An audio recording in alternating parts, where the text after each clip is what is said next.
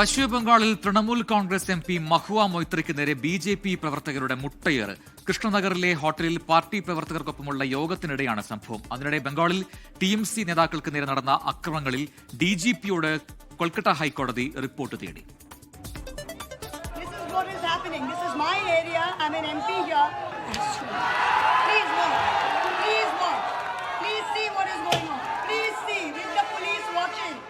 ഈ മാസം 21-ന് നടക്കുന്ന ടി.എം.സിയുടെ വാർഷിക രക്തസാക്ഷിത്വ ദിന റാലിയുമായി ബന്ധപ്പെട്ട പരിപാടികൾ അവലോകനം ചെയ്യുന്നതിനും പദ്ധതികൾ തയ്യാറാക്കുന്നതിനുമായാണ് പ്രവർത്തകർക്കൊപ്പം മഹുവ മൊയ്ത്ര യോഗം ചേർന്നത്.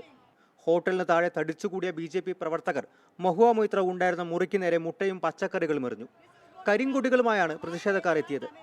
ബി.ജെ.പി ഗുണ്ടകൾ ആക്രമിക്കുന്നുവെന്നും പോലീസ് നോക്കുകുത്തികളാണെന്നും എക്സിൽ പങ്കുവച്ച വീഡിയോയിൽ മഹുവ ആരോപിച്ചു.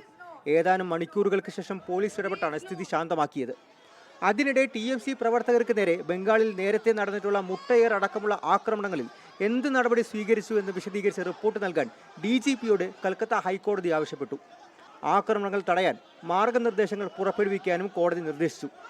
അതേസമയം ടി.എം.സിയിലെ വിമത എം.എൽ.എമാർ നാളെ പ്രതിപക്ഷ നേതാവ് ഋതുപ്രതാ ബാനർജിയുടെ നേതൃത്വത്തിൽ ഡൽഹിയിലെത്തി മുഖ്യ തെരഞ്ഞെടുപ്പ് കമ്മീഷണറെ കാണും. 24 ഡൽഹി.